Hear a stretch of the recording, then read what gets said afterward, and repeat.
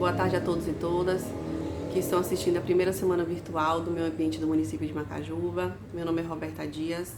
Atualmente eu exerço o cargo de assessora jurídica no município e é com grande satisfação que eu estou aqui na data de hoje para participar desse evento.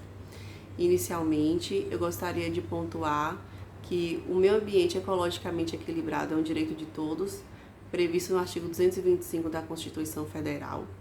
Mas além de um direito, ele também é uma obrigação, pois esse artigo 225, ele diz que é um dever de todos, da sociedade em geral, e também que é um dever de todos e também do poder público preservar o meio ambiente. Ainda nesse artigo 225, existem várias espécies de obrigações para o poder público, como por exemplo, defender a fauna e a flora, promover em todos os níveis de ensino a conscientização da preservação ambiental, demarcar em todo o território nacional espaços e componentes que serão especialmente protegidos, dentre outras obrigações. Mas não é apenas a Constituição Federal que defende o meio ambiente. Existe também o Código Florestal, que é a Lei 12.651 de 2012, que é um código muito importante porque ele traz áreas que devem ser preservadas e áreas que podem ser usadas para exploração rural. Esse código ele visa principalmente proteger a vegetação nativa e ele tem como principal objetivo o desenvolvimento sustentável, pois como nós sabemos, deve haver um equilíbrio entre a exploração, o crescimento econômico e a preservação do meio ambiente.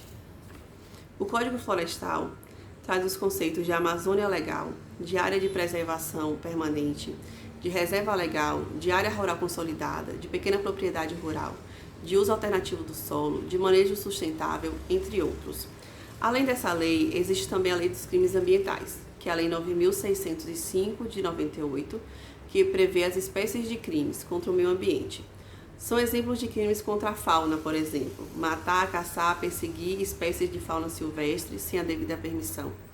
Existe o crime de expor à venda, guardar em cativeiro ou em depósito espécies de fauna silvestre, nativa ou em rota migratória.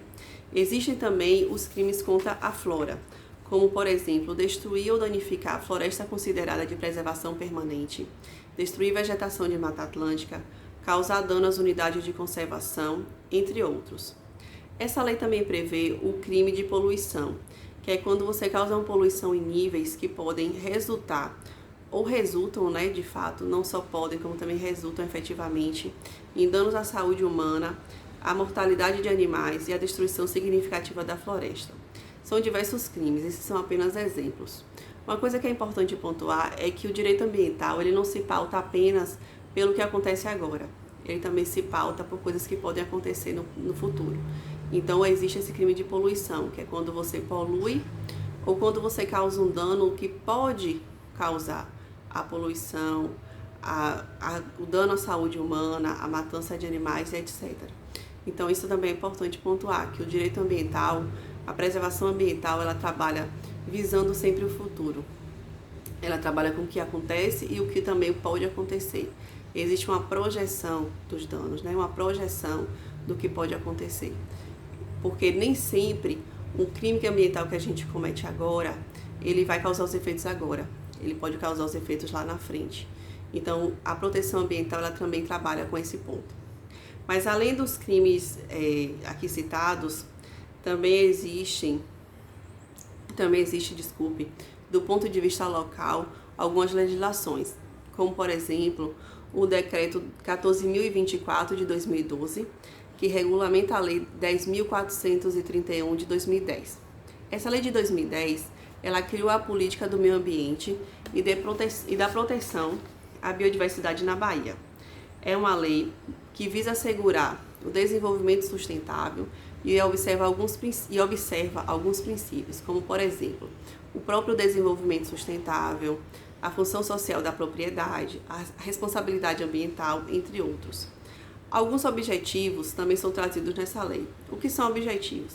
Objetivos é aquilo que a lei se propõe a alcançar. E princípios são aqueles que a lei segue para alcançar esses objetivos.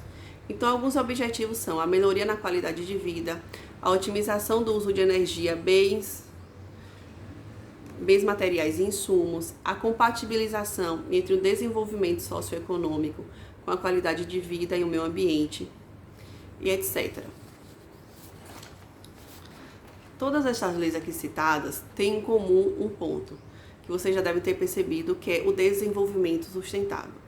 Por que isso? Porque o desenvolvimento sustentável ele é a pauta de tudo. É o desenvolvimento sustentável que pauta o direito ambiental. Você tem que entender, a gente tem que entender que a população está crescendo, a nossa demanda cresce a todos os dias, a nossa necessidade de explorar, a nossa necessidade de desmatar para plantar e construir cresce de acordo com a nossa sociedade. Então, nós não podemos falar apenas em preservação ambiental. Também devemos falar em preservar o meio ambiente e em desenvolvimento econômico e social. E por isso devemos buscar um desenvolvimento sustentável, que é esse equilíbrio, né? Desculpem. Se não houver planejamento no uso dos recursos naturais e não houver preservação do meio ambiente, de nada adianta o desenvolvimento econômico, pois sem o meio ambiente saudável não há vida.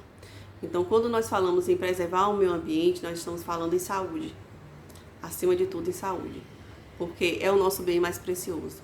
E por isso nós devemos respeitar as leis que protegem o nosso bem mais precioso da humanidade, que é o meio ambiente.